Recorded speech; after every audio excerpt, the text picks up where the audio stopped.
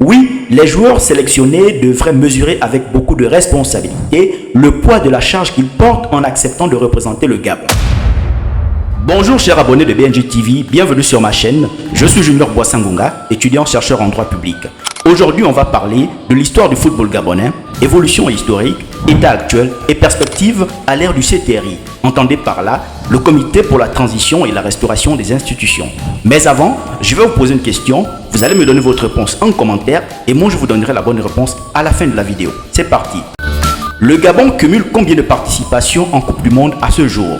Laissez-moi votre réponse en commentaire, je vous donnerai la bonne réponse à la fin de la vidéo. L'équipe gabonaise de football constitue la sélection des joueurs gabonais habilités qui représentent le Gabon lors des compétitions internationales sous l'égide de la Fédération gabonaise de football. Quel est le parcours de cette équipe, sa situation actuelle et éventuellement les perspectives à l'ère du CTRI dans un monde en pleine globalisation au sein duquel le football, que dis-je, le sport constitue un soft power. Il faut dire que l'histoire du football gabonais prend son départ en 1897 lorsque M. Wandobert introduit ce sport au Gabon. Avec le soutien du révérend Père Lefebvre, ces deux précurseurs commencent à initier l'apprentissage du football aux jeunes gabonais de l'époque. Ce n'est que 30 ans plus tard que le Gabon organisera son tout premier match de football au quartier Glace, dans la capitale librevilloise le 27 novembre 1927. Malheureusement, l'année qui a suivi, M. Wandobert s'éteint, laissant ainsi à son collègue, le révérend Père Lefebvre, la charge de poursuivre les enseignements du football au Gabon. Avec un travail acharné et surtout très ambitieux, les résultats ne se feront pas attendre.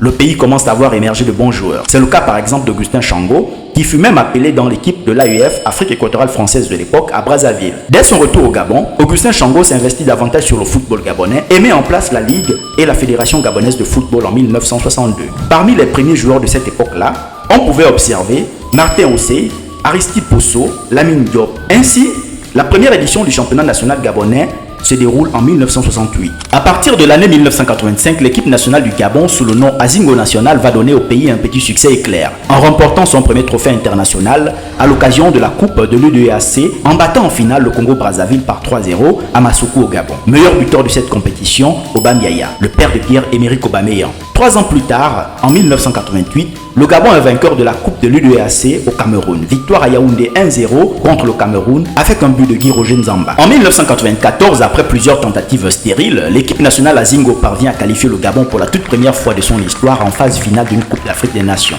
Sur une victoire à Cotonou contre le Bénin d'Akombessi, 2-1, 2 buts de Guy Roger Nzamba. Mais le pays est sorti au premier tour.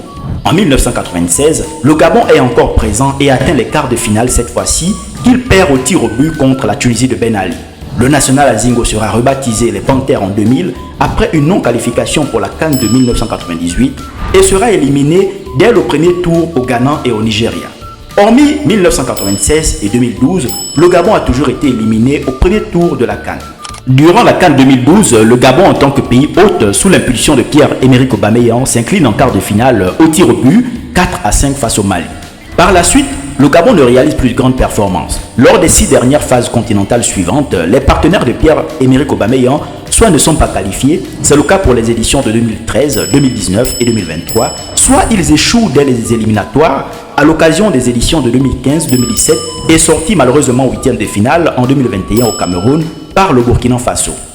Disons qu'après cette brève évolution historique de l'équipe nationale du Gabon, les Panthères du Gabon sont actuellement en phase préliminaire de la CAN 2025 au Maroc. Ils vont commencer d'ailleurs leur match de qualification les 6 et 11 septembre prochains, respectivement face au Maroc et à la République centrafricaine. Après plusieurs sélectionneurs internationaux qui n'ont pas changé grand-chose sur le football gabonais, l'équipe des Panthères est actuellement dirigée sous l'intérim de Thierry Moyoman après l'éviction de Patrice Neveu. Aujourd'hui, si on devait assimiler le football gabonais à un patient sur un lit d'hôpital, celui-ci devait être en état de mort cérébrale. Oui, mort cérébrale tout simplement parce que les responsabilités du bien-être du football gabonais sont sensiblement partagées. D'abord, les politiques publiques concernant le domaine sportif au Gabon devaient être en mesure de répondre aux exigences de ce sport. L'irrégularité du championnat national, pour ne citer que ce point, est une anomalie qui pèse beaucoup dans le manque de développement du football local et de la production des joueurs locaux qui évoluent sur place comme font certains pays africains qui ont un mot à dire en matière de football, comme le Maroc, la Tunisie, l'Égypte ou encore le Sénégal. Aussi, la responsabilité incombe à l'ensemble du staff de la FEGAFOOT jusqu'aux sélectionneurs. Oui, ce groupe constitue un noyau central qui a un grand rôle à jouer, notamment dans le recrutement et l'encadrement des joueurs. Si les recrutements ne se font pas sur la base de la compétence et de la confiance, il ne sera pas évident de prospérer sur le terrain. Le modèle actuel de recrutement à l'équipe nationale laisse entrevoir beaucoup de préférence aux joueurs évoluant à l'extérieur.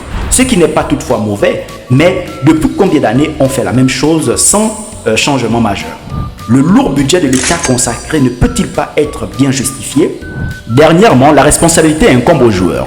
Oui, ces derniers sont les acteurs qui sont sur le terrain pour défendre les couleurs du Gabon. Leur responsabilité est également non négligeable. La discipline, le respect et l'engagement patriotique devaient être des valeurs fondamentales prônées par les joueurs en y ajoutant une dose d'audace collective. Oui, les joueurs sélectionnés devraient mesurer avec beaucoup de responsabilité le poids de la charge qu'ils portent en acceptant de représenter le Gabon. Ces dernières années, malheureusement, on a observé trop de défaillances internes au sein de la tanière, qui ont sans doute terni l'image du football gabonais, mais aussi l'a lourdement affecté avec certains joueurs qui font en sélection ce qu'ils n'osent pas faire en club, comme l'a affirmé Daniel Cousin, ancien international et capitaine gabonais. En clair, le football gabonais est dans un état alarmant, au regard du potentiel que regorge le pays, tant avec son expérience qu'avec ses capacités humaines et matérielles. L'État gabonais devrait donc redéfinir ses politiques publiques dans le domaine du sport au Gabon en général et dans le domaine du football en particulier, afin de répondre aux exigences que demande le football professionnel et de s'aligner comme certaines grandes nations de football à l'image de l'Égypte, du Cameroun, du Nigeria et ou du Sénégal, pour ne citer que celle-ci. Ainsi, l'ensemble de ces sacrifices constitueront sans doute les efforts sans lesquels le Gabon ne sera prospéré dans le football professionnel. Et vous, que pensez-vous du football gabonais? Laissez vos avis en commentaire et n'oubliez pas de vous abonner et de faire large diffusion. Pour ceux qui ont répondu à la question posée, la bonne réponse est B. Oui, 0 participation en phase finale d'une Coupe du Monde pour le Gabon jusqu'à ce jour. Merci d'avoir regardé cette vidéo jusqu'à la fin. On se dit à très bientôt pour une prochaine vidéo. N'hésitez pas de vous abonner sur tous mes réseaux sociaux afin de me soutenir.